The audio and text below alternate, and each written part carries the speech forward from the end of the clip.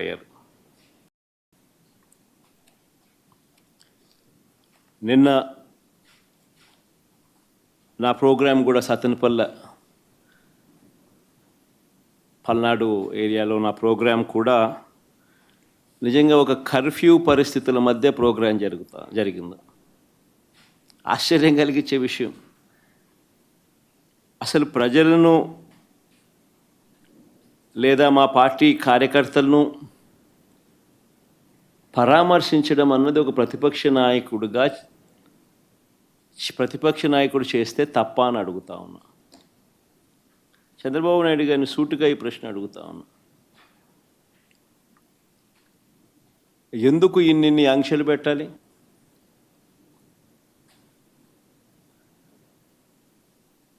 ఎందుకు పోలీసులను ఎక్కడ పడితే అక్కడ పెట్టి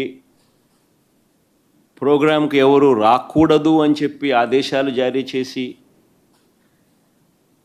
ఎందుకు వచ్చిన వాళ్ళందరి మీద కూడా ఎక్కడికక్కడ కట్టడి చేసే కార్యక్రమం ఎందుకు చేయాల్సి వచ్చింది? చంద్రబాబు గారు నోట్లో నుంచి ఇటువంటి మాటలు వచ్చినాయి కాబట్టే ఎన్ని అడ్డంకులు క్రియేట్ చేసినా ప్రజల్లోనూ కార్యకర్తల్లోనూ ఒక విప్లవం వచ్చింది. నిన్న ప్రోగ్రాం ఎలా జరిగింది అన్నదానికి నేను చెప్పాల్సిన పనుల బహుశా నాకన్నా కూడా